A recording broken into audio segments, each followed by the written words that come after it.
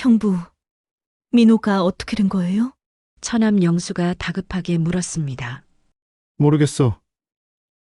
갑자기 쓰러졌어. 태수는 대답할 힘도 없었어요.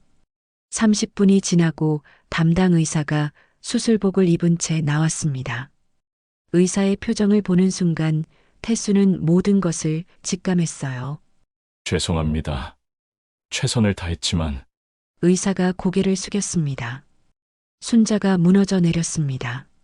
내 아들이. 서울 강남구 대치동에 위치한 고급 아파트 22층에서 김태수는 아침 6시에 일어나 정장을 다림질하고 있었어요. 58살의 태수는 30년간 중견 건설회사에서 부장으로 일해온 성실한 가장이었죠. 오늘은 아들 민호의 결혼식이 있는 날이었습니다. 여보, 민호 얘가 어릴 때 첫 돌잔치 때도 이렇게 떨렸는데. 태수는 다림질을 하면서 아내 순자에게 중얼거렸어요. 순자는 화장대 앞에서 한복을 입으며 미소를 지었습니다. 우리 아들이 이제 정말 어른이 되는구나. 신부 측 부모들도 좋은 분들이고 민호도 대기업에 다니니걸 없어. 29살의 민호는 서울대학교 경영학과를 졸업하고 대기업 마케팅팀에서 3년째 근무 중이었어요. 신부 지연은 26살로 간호사로 일하는 단정하고 착한 여성이었습니다. 두 집안 모두 중산층으로 결혼 준비도 순조롭게 진행되었죠. 태수는 넥타이를 매면서 속으로 생각했어요. 정말 고마운 일이야. 1980년대 보릿고개 때를 생각하면 우리 민호는 나보다 훨씬 나은 삶을 살 것 같아. 그때 민호가 방에서 나왔습니다. 새하얀 셔츠를 입은 민호의 얼굴에는 긴장감이 역력했어요. 아버지, 어머니, 안녕히 주무셨어요? 민호가 인사했습니다. 우리 아들, 오늘 주인공이구나. 순자가 민호의 어깨를 다독였어요. 긴장하지 마. 지연이도 예쁘고 착하니까 잘 될 거야. 민호는 어색하게 웃었습니다. 네, 어머니. 태수는 아들을 바라보며 뿌듯함을 느꼈어요. 자신이 군대 제대 후 건설 현장에서 막노동부터 시작해서 여기까지 올라온 것을 생각하면 아들은 정말 좋은 조건에서 시작하는 것 같았습니다. 민호야, 결혼하면 책임감이 더 무거워져. 지연이를 잘 돌봐야 해. 태수가 진지하게 말했어요. 네, 아버지. 잘하겠습니다. 가족들이 아침 식사를 하는 동안 태수는 자신의 청춘을 떠올렸어요. 1970년대 말 25살의 순자와 결혼할 때만 해도 월세방에서 시작했었죠. 그때는 결혼식도 동네 교회에서 간단히 했었는데 민호는 강남의 유명 웨딩홀에서 화려한 결혼식을 올리게 되었습니다. 여보, 시간 됐어요. 출발해야 해요. 순자가 시계를 보며 말했어요. 결혼식장은 강남의 유명 웨딩홀이었습니다. 양가 친척들과 직장 동료들이 모여 화기애애한 분위기였어요. 민호는 새하얀 턱시도를 입고 긴장된 모습으로 신부를 기다리고 있었습니다. 태수는 하객들과 인사를 나누며 속으로 감개무량했어요. 내가 이런 날을 보다니. 정말 세월이 빠르구나. 신부 지연이 아버지 최병철과 함께 입장했을 때 하객들에게서 감탄사가 터져 나왔습니다.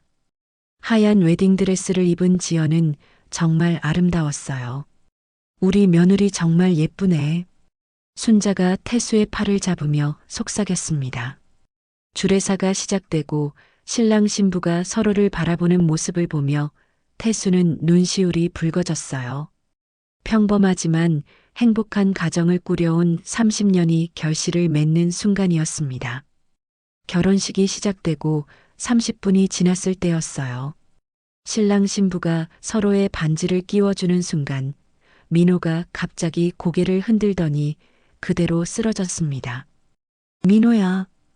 태수가 혼백이 나간 듯 달려갔어요. 신부 지연이 비명을 질렀습니다. 여보, 여보. 하객들 사이에서 술렁거림이 일었어요. 의사 출신 친척인 태수의 사촌형 김대현이 급히 달려와 민호의 맥박을 재어보았습니다. 맥박이 너무 불규칙해요. 빨리 119를 불러요. 대현이 다급하게 소리쳤어요. 태수는 아들 곁에 무릎을 꿇고 앉았습니다. 민호야, 아빠야. 정신 차려, 민호야.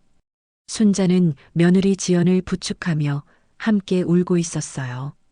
우리 민호가 왜 이래? 아까까지 멀쩡했는데. 구급차가 도착할 때까지 15분. 그 사이 민호는 의식을 잃은 채 경련을 일으켰습니다. 태수는 아들의 손을 꽉 잡고 있었어요. 민호야, 아빠가 여기 있어. 포기하지 마라, 민호야. 구급대원들이 들것에 민호를 옮기는 동안 태수는 멍한 상태였습니다. 방금 전까지 행복한 결혼식이었는데 순식간에 악몽으로 바뀌어 버렸어요. 보호자분은 함께 타세요. 구급대원이 말했습니다. 태수와 순자 그리고 지연이 구급차에 탔어요. 사이렌 소리가 귀를 찢을 듯 울렸습니다. 우리 아들이 왜 이래요? 평소에 건강했는데. 순자가 떨리는 목소리로 중얼거렸어요. 지연은 울음을 참으며 민호의 다른 손을 잡고 있었습니다. 오빠 일어나요. 우리 아직 신혼여행도 못 갔잖아요. 병원에 도착했을 때 민호는 이미 심정지 상태였어요. 응급실 의료진이 즉시 심폐소생술을 시작했습니다. 보호자분들은 밖에서 기다려주세요. 간호사가 말했어요. 응급실 복도에서 태수와 순자 그리고 지연이 서로를 부둥켜 안고 울고 있었습니다.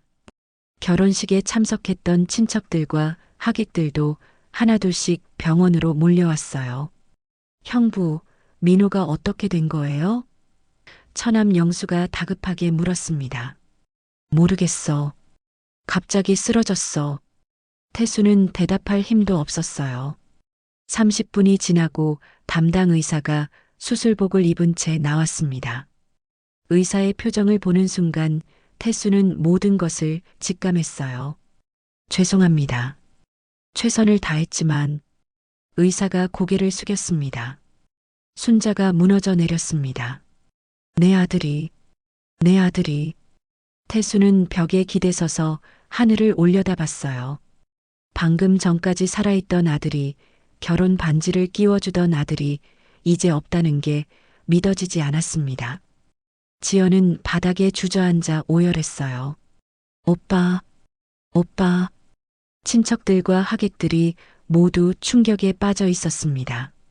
이런 일이 일어날 수 있다는 게 믿어지지 않았어요. 의사 선생님, 정확한 사인이 뭔가요? 대현이 전문가로서 물었습니다. 일단 급성 심정지로 보이는데 정확한 원인은 더 검사해 봐야 알 수 있습니다. 부검을 원하신다면. 부검. 태수가 그 단어를 되뇌었어요. 그날 밤 태수는 병원 영안실 앞에서 밤을 새웠습니다. 아침에 살아있던 아들이 차갑게 누워있다는 현실을 받아들일 수 없었어요. 3일 후 장례식장에서 태수는 빈소를 지키며 하루 종일 멍하니 앉아 있었어요. 친척들과 동료들이 조문을 왔지만 그의 귀에는 아무것도 들리지 않았습니다. 민호의 영정 사진이 태수를 내려다보고 있었어요. 회사 입사 기념으로 찍었던 그 사진 속 민호는 환하게 웃고 있었습니다. 형부, 부검을 해보는 게 어떨까요? 처남 영수가 조심스럽게 말했어요. 민호가 평소에 건강했는데 갑자기 이렇게 될 리가. 태수는 고개를 들었습니다. 부검?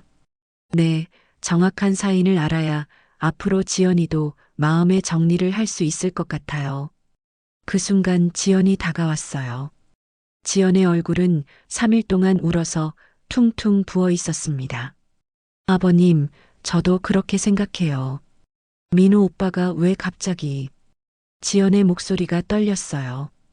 태수는 순자를 바라봤습니다. 순자도 고개를 끄덕였어요. 알겠다. 부검을 의뢰하자.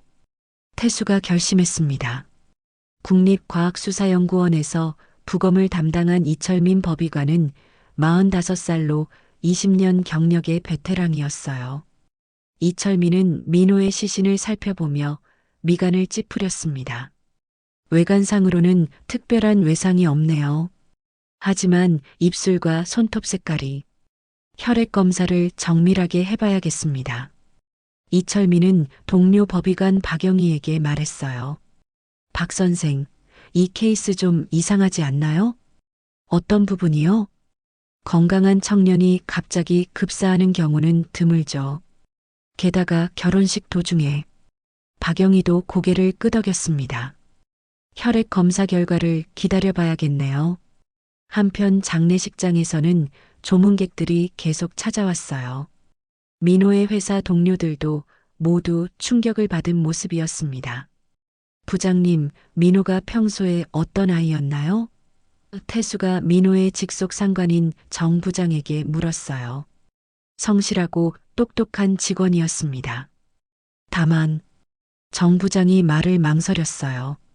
다만 뭐죠? 최근 몇 달간 좀 힘들어 보이긴 했어요. 업무 스트레스가 있었던 것 같은데.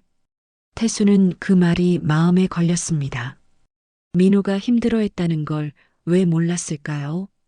구체적으로 어떤 스트레스였나요? 글쎄요. 확실하지는 않지만 개인적인 일인 것 같았어요. 전화 통화를 자주 하더라고요. 그때 지연의 아버지 최병철이 술에 취한 채로 나타났어요. 60살의 최병철은 작은 사업을 하는 사람이었습니다. 김 사장, 최병철이 태수에게 다가왔어요. 최 사장님 고생하셨습니다. 우리 딸이 너무 힘들어해요. 어떻게 이런 일이? 최병철의 말에서 술 냄새가 났어요. 태수는 최병철의 모습이 평소와 다르다는 걸 느꼈습니다. 결혼 준비 과정에서 만났을 때는 점잖은 분이었는데 지금은 왠지 불안해 보였어요.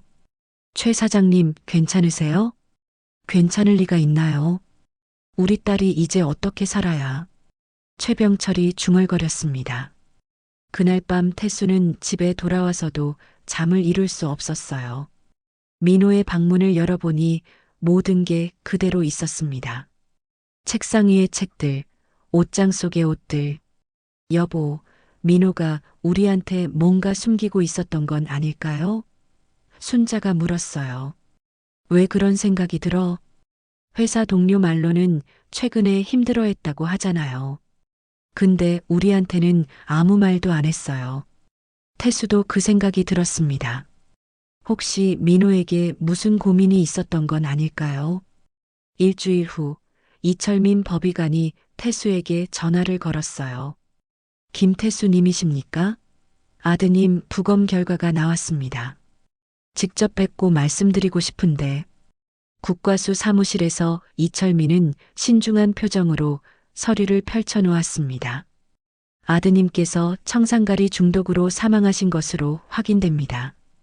태수의 얼굴이 하얗게 질렸어요. 청산가리요? 그게 무슨... 자살용으로 복용하기에는 양이 너무 많았습니다. 그리고 섭취 시점이 결혼식 시작 직전으로 추정됩니다. 순자가 비명을 질렀습니다. 그럼 우리 민호가 살해당했다는 얘기예요? 경찰에 수사 의뢰를 하셔야 할 것 같습니다. 태수는 머리가 띵해졌어요. 청산가리라니. 그런 독을 누가, 왜 민호에게 먹였다는 건가요? 법의관님, 확실한 건가요? 혈액에서 치사량의 3배에 해당하는 청산가리가 검출되었습니다. 자연사나 자살로는 설명할 수 없는 양이에요. 그날 밤 태수는 잠을 이룰 수 없었어요. 민호가 누군가에게 살해당했다는 사실이 믿어지지 않았습니다. 누가? 왜? 민호는 누구에게도 해를 끼친 적이 없는데. 다음 날 서초경찰서에서 강력계 박정호 형사가 사건을 담당하게 되었어요. 52살의 박 형사는 25년 경력의 베테랑이었습니다. 결혼식장에서 일어난 살인사건이라 박 형사는 고개를 저었어요. 참 기가 막히네요. 일단 결혼식 당일 신랑과 접촉한 모든 사람들을 조사해야겠습니다. 태수와 순자 그리고 지연이 조사를 받았어요. 민호 씨가 평소에 누군가와 갈등이 있었나요? 박 형사가 물었습니다. 전혀요. 우리 아들은 착하고 성실한 아이예요. 순자가 답했어요. 혹시 금전적인 문제는 없었나요? 없었습니다. 대기업에 다니고 있었고 저축도 꾸준히 하고 있었어요. 태수가 확신에 차서 말했습니다. 하지만 이틀 후 충격적인 사실이 드러났어요. 김태수 씨, 잠깐 나와보세요. 박 형사가 태수를 별도로 불렀습니다. 아드님의 휴대폰 기록을 조사한 결과 최근 3개월간 사채업자들과 연락을 주고받은 흔적이 있습니다. 사채업자요?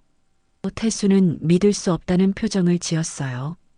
그리고 아드님 계좌에서 최근 6개월간 총 3억 원이 빠져나간 기록이 있습니다.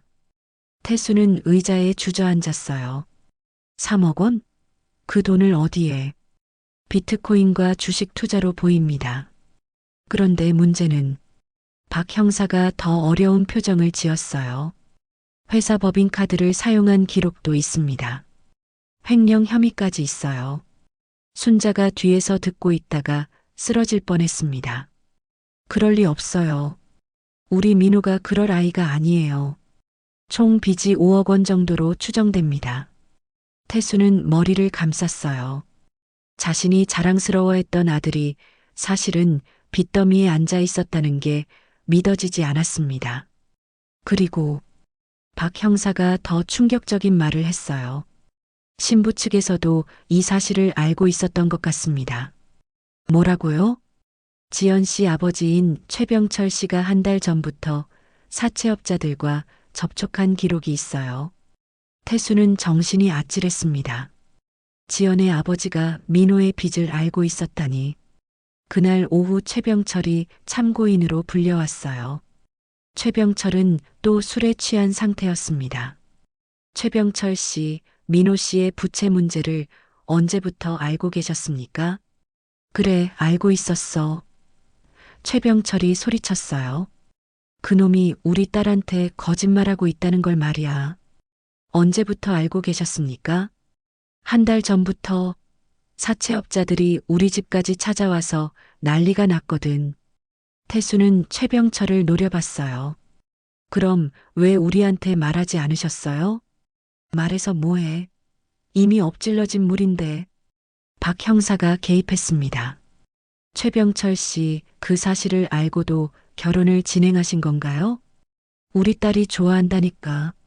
하지만 마음이 편하지는 않았어. 태수는 분노가 치밀어 올랐어요. 최병철이 모든 걸 알고 있으면서도 숨겼다는 게 믿어지지 않았습니다. 수사가 진행되면서 더욱 충격적인 사실들이 드러났어요. 박 형사가 태수를 다시 불러 말했습니다. 김태수 씨, 아드님이 회사에서 횡령한 금액이 더 큰 것 같습니다. 법인카드 사용 내역을 정밀 분석한 결과 태수는 이미 지칠 대로 지쳐 있었어요. 얼마나 됩니까? 2억 원 정도로 추정됩니다. 가상화폐 거래소 입금 기록과 일치해요. 순자가 옆에서 울음을 터뜨렸습니다. 우리 민호가 정말 그런 일을 했다는 거예요? 증거가 명확합니다. 그리고 더 문제는 박 형사가 심각한 표정을 지었어요. 민호 씨가 죽기 일주일 전부터 자살 관련 검색을 여러 번 했던 기록이 있어요. 청산가리 구입 방법, 독약으로 인한 고통 없는 죽음 같은 검색어들이죠. 태수는 머리를 감쌌습니다. 그럼 우리 아들이 자살한 건가요? 하지만 섭취량이 너무 많아서 타살 가능성을 배제할 수 없어요. 그때 지연이 경찰서에 나타났어요. 지연의 얼굴은 더욱 야위어 있었습니다. 형사님, 말씀드릴 게 있어요. 모든 사람의 시선이 지연에게 쏠렸어요. 민호 오빠가 3개월 전에 저한테 모든 걸 털어놨어요. 투자 실패로 빚이 많이 생겼다고, 미안하다고. 그래서 어떻게 하셨나요? 저는 오빠를 사랑했어요. 빚이 있어도 함께 갚아나가자고 했죠. 하지만 지연의 목소리가 떨렸어요. 아버지가 격렬하게 반대하셨어요. 결혼을 취소하자고 하셨죠. 최병철이 변명했습니다. 당연하지. 내 딸이 평생 빚쟁이 아내로 살아야 한다는 거 아니야. 하지만 저희는 사랑했어요. 그래서 아버지 몰래 결혼을 강행하기로 했죠. 태수가 지연을 바라봤어요. 그럼 결혼식 당일까지도 갈등이 있었다는 얘기네요? 네. 결혼식 전날 밤에도 아버지와 민호 오빠가 큰 소리로 다퉜어요.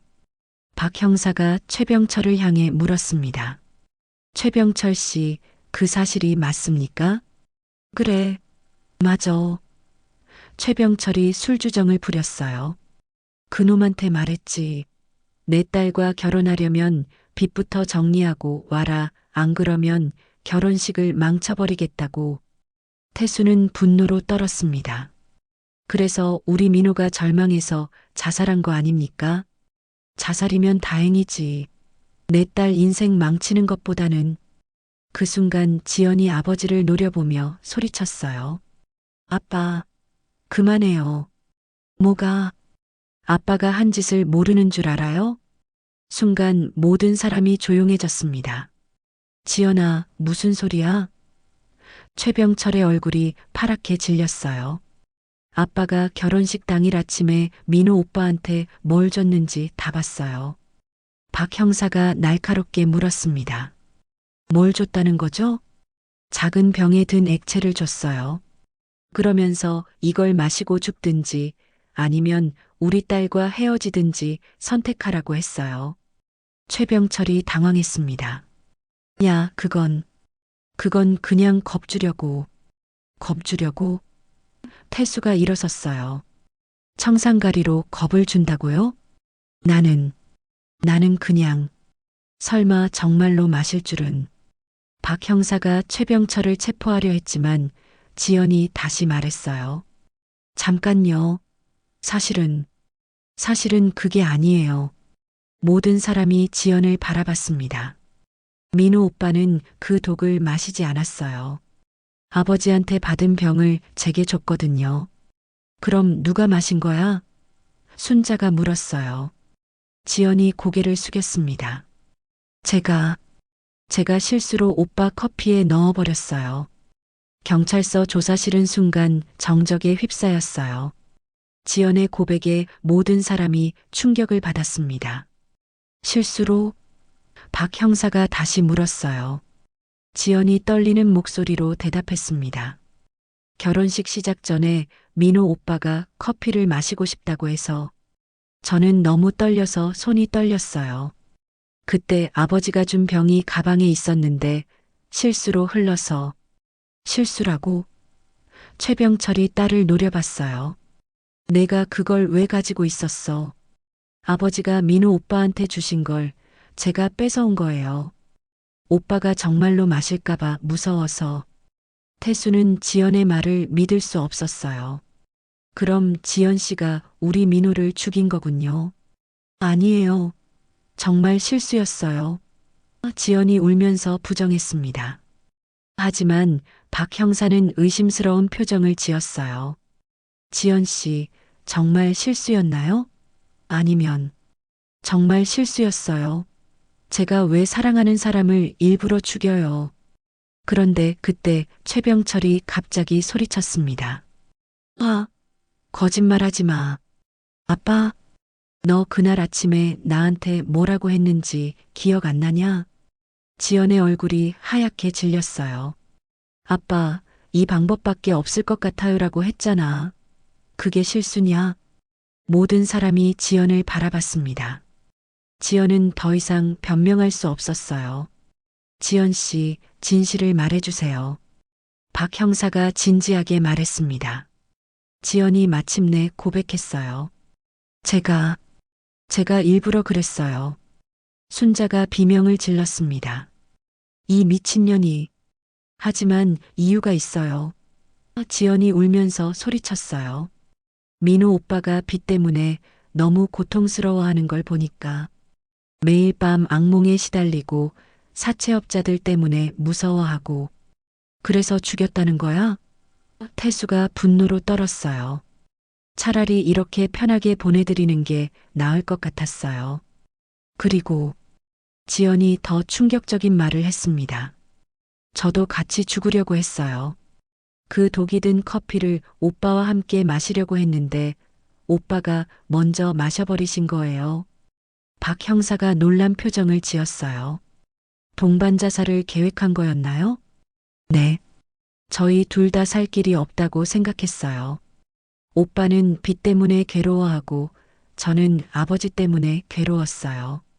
최병철이 딸을 향해 소리쳤습니다. 이 미친년이 내가 그런 생각을 하고 있었다고? 아빠가 매일 그 빚쟁이와 결혼하면 가문의 수치라고 하셨잖아요. 태수는 모든 걸 이해할 수 없었어요. 사랑하는 사람을 죽이고 자신도 죽으려 했다니. 그럼 지금까지 실수라고 거짓말한 건가요? 순자가 물었어요. 죄송해요. 너무 무서웠어요. 그리고 민호 오빠 혼자 죽게 해서 미안했어요. 박 형사가 정리했습니다. 그럼 최병철 씨는 살인교사, 지연 씨는 살인 및 자살교사 밋으로 봐야겠네요. 하지만 사건은 여기서 끝나지 않았어요. CCTV 분석 결과가 나왔거든요. 결혼식장 대기실의 CCTV에는 지연이 매우 차분하게 의도적으로 민호의 커피에 독을 넣는 모습이 선명하게 포착되어 있었습니다. 지연 씨, 이 영상을 어떻게 설명하시겠어요? 박 형사가 CCTV 화면을 보여줬어요. 영상 속 지연은 전혀 당황하지 않고 있었어요. 오히려 매우 침착하게 병을 열어서 커피에 붓고 있었습니다. 이건 지연이 더 이상 변명할 수 없었어요. 태수는 그 순간 모든 것을 깨달았습니다. 지연과 최병철이 처음부터 계획적으로 민호를 죽인 거였어요. CCTV 증거가 나온 후 더 이상 변명할 수 없게 된 지연과 최병철. 하지만 진실은 더욱 복잡하고 충격적이었어요. 박 형사가 추가 조사 결과를 발표했습니다. 지연 씨와 최병철 씨의 통화 기록을 분석한 결과 결혼식 2주일 전부터 계획적으로 준비한 정황이 드러났습니다. 뭐라고요? 태수가 믿을 수 없다는 표정을 지었어요. 최병철 씨가 암시장을 통해 청산가리를 구입한 기록도 있고요. 최병철이 완전히 무너졌습니다. 그래, 인정한다. 내가 다 계획한 거야. 아빠, 지연이 놀란 표정을 지었어요. 지연아, 이제 그만하자. 더 이상 거짓말해서 뭐해? 박 형사가 최병철을 향해 물었습니다. 처음부터 계획한 살인이었다는 말씀인가요? 그래. 내 딸이 그런 빚쟁이와 평생 살 수는 없잖아. 태수는 분노로 온몸이 떨렸어요. 그럼 처음부터 우리를 속인 거군요. 결혼 준비하는 동안 내내 미안하다고 할 수밖에. 그런데 지연이 갑자기 아버지를 막아섰습니다. 아빠, 그만해요. 왜 혼자 뒤집어 쓰려고 해요? 지연아, 저도 동의했어요. 아빠 혼자 한 게 아니라고요. 순자가 지연을 노려봤어요. 이 악독한 년이 우리 아들을 사랑한다면서. 사랑했어요. 정말 사랑했다고요. 지연이 울면서 소리쳤어요. 하지만 그 빚 때문에 민호 오빠가 너무 괴로워했어요. 매일 밤 악몽에 시달리고 회사에서도 횡령한 게 들킬까봐 무서워하고. 그래서 죽였다는 거야? 차라리 깨끗하게 끝내는 게 낫다고 생각했어요. 오빠도 편해지고 저희 가족도 빚더미에서 벗어날 수 있고. 태수는 지연의 말을 듣고 경악했어요. 그럼 우리 민호 보험금까지 노린 거군요? 최병철이 고개를 숙였습니다. 생명보험이 3억 원이었어. 이 사람들이. 순자가 지연에게 달려들려고 했지만 경찰이 말렸어요. 박 형사가 더 충격적인 사실을 밝혔습니다. 수사 과정에서 드러난 바로는 지연 씨 가족도 사업 실패로 2억 원의 빚이 있었습니다. 뭐라고요? 최병철 씨가 운영하던 작은 공장이 부도 직전이었어요. 그래서 더욱 절박했던 것 같습니다. 태수는 모든 퍼즐이 맞춰지는 걸 느꼈어요.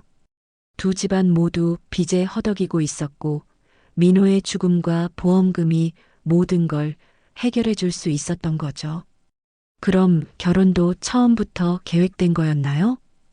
순자가 떨리는 목소리로 물었어요. 지연이 고개를 흔들었습니다. 아니에요. 처음엔 정말 사랑했어요. 하지만 서로 빚이 있다는 걸 알고 나서 아빠와 함께 이 방법을 생각해낸 거예요. 언제부터요? 한 달 전부터요. 민호 오빠가 제게 빚 이야기를 했을 때부터 최병철이 딸을 바라보며 말했어요.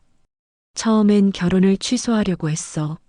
하지만 지연이가 다른 방법을 제안했지. 무슨 방법을요? 결혼을 하되 신혼여행에서 사고사로 위장해서 죽이자고. 하지만 그것보다는 결혼식에서 갑작스런 사망이 더 자연스러울 것 같았어. 태수는 그들의 치밀한 계획에 소름이 돋았어요. 한 달 동안 살인을 계획하면서도 웃으며 결혼 준비를 했다는 게 믿어지지 않았습니다. 그럼 민호는 끝까지 몰랐겠네요. 순자가 오열했어요. 몰랐어요. 마지막까지 저를 사랑한다고 했어요. 지연도 울었습니다. 박 형사가 최종 정리를 했어요. 최병철 씨는 살인 교사 및 살인 예비 음모, 지연 씨는 살인죄로 기소하겠습니다. 그 순간 최병철과 지연이 서로를 바라보며 마지막 진실을 털어놓았습니다. 사실 우리가 가장 무서웠던 건 최병철이 말했어요. 뭐가요? 민호가 살아있으면 언젠가 모든 빚이 우리한테 넘어올 수도 있다는 거였어. 연대보증인이 되어 있었거든. 태수는 마지막 충격을 받았어요. 그들은 민호를 사랑해서가 아니라 자신들의 경제적 안전을 위해 죽인 거였습니다. 6개월 후 재판이 끝났어요. 최병철은 살인교사 및 살인 예비 음모로 12년형, 지연은 계획살인죄로 15년형을 선고받았습니다. 태수는 민호의 무덤 앞에 앉아 있었어요. 가을바람이 불어와 낙엽들이 묘비 주변에 떨어졌습니다.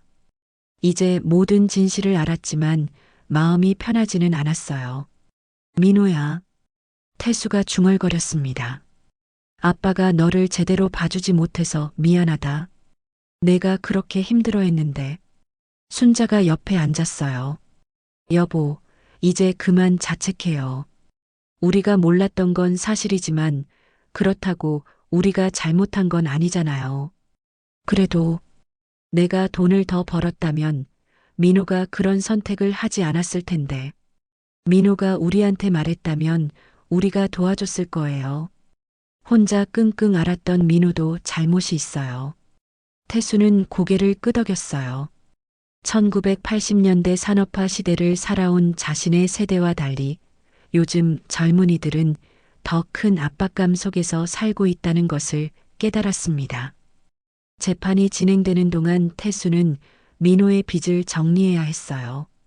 대치동 아파트를 팔고 평생 모은 저축까지 털어서 5억 원을 갚았습니다. 이제 태수와 순자에게 남은 건 전세로 구한 작은 아파트뿐이었어요. 여보, 후회하지 않아요? 순자가 물었습니다. 후회? 우리 아들 빚인데 당연히 갚아야지. 비록 민호가 잘못했지만 그래도 내 아들이야. 태수는 남은 돈으로 특별한 일을 했어요. 청년들의 부채 상담을 돕는 봉사단체에 1,000만 원을 기부한 것입니다. 민호야, 아빠가 너 대신 다른 친구들을 도와줄게. 너같이 혼자 끙끙 앓는 젊은이들이 없도록. 그날 저녁 태수는 오랜만에 편안한 잠을 잤어요. 민호는 떠났지만 민호의 죽음이 헛되지 않도록 만들겠다는 다짐과 함께 말이에요. 3개월 후 태수는 더 큰 결심을 했습니다. 퇴직금으로 민호재단을 설립한 것이에요. 청년 부채 문제 해결을 위한 상담과 지원 사업을 시작했습니다. 아저씨, 정말 무료로 상담해 주시는 거예요? 25살 청년 김현수가 물었어요. 그럼 우리 아들이 너와 비슷한 나이의 빚 때문에 괴로워하다가 세상을 떠났거든. 현수는 태수의 이야기를 듣고 눈물을 흘렸어요. 아저씨 아들분도 저처럼 투자 실패 때문에. 그래. 하지만 죽음이 해결책은 아니야. 빚은 갚을 수 있지만 생명은 되돌릴 수 없거든. 태수는 현수에게 실질적인 도움을 줬어요. 법무사를 연결해주고 개인회생 절차를 도와주고 무엇보다 혼자가 아니다라는 격려를 해줬습니다. 순자도 함께 봉사활동에 참여하며 새로운 삶의 의미를 찾아가고 있었어요. 여보, 오늘도 상담받으러 온 청년이 셋이나 되네요. 순자가 말했습니다. 많이 올수록 좋아. 그만큼 도움을 받는 사람이 많아지는 거니까. 1년이 지났어요. 민호재단을 통해 200명이 넘는 청년들이 부채 상담을 받았고 그중 15명이 극단적 선택을 고려했다가 마음을 돌렸습니다. 어느 날 태수에게 한 통의 편지가 왔어요. 1년 전 상담받았던 현수가 보낸 편지였습니다. 아저씨 덕분에 새 출발할 수 있었습니다. 개인회생도 성공적으로 마쳤고 이제 작은 카페를 운영하고 있어요. 민호 형님의 명복을 빕니다. 태수는 편지를 읽으며 눈물을 흘렸어요. 민호의 죽음이 헛되지 않았다는 생각이 들었습니다. 그해 겨울, 태수와 순자는 민호의 3주기를 맞았어요. 무덤 앞에서 태수가 말했습니다. 민호야, 내가 떠난 지 3년이 됐구나. 아빠가 내 이름으로 많은 친구들을 도왔어. 내가 겪었던 그런 고통을 혼자 앓는 젊은이들이 없도록 말이야. 순자가 덧붙였어요. 민호야, 엄마는 이제 알겠어. 내가 왜 혼자 끙끙 앓았는지. 하지만 그래도 엄마 아빠한테 말했어야 해. 우리가 도와줬을 텐데. 태수는 민호에게 마지막 인사를 했어요. 민호야, 이제 아빠가 내 목까지 살겠다. 고마웠다, 아들아. 내가 있어서 아빠가 더 나은 사람이 될 수 있었어. 민호의 죽음은 비극이었지만 그 비극을 통해 많은 젊은이들이 새로운 희망을 찾을 수 있었어요. 그것이 태수가 찾은 치유의 길이었고 민호에 대한 최고의 추모였습니다. 3년 후 민호재단은 전국적인 청년 부채 상담 기관으로 성장했고 태수는 여전히 그곳에서 젊은이들을 돕고 있었습니다. 민호는 떠났지만 민호의 이름은 희망의 상징으로 많은 사람들의 마음속에 남아 있었어요. 오늘 이야기가 마음에 와닿으셨다면 구독과 좋아요로 응원해 주세요. 이 감동적인 이야기가 더 많은 사람들에게 전해질 수 있도록 주변에 공유해 주시면 여러분께도 좋은 일이 찾아올 거예요.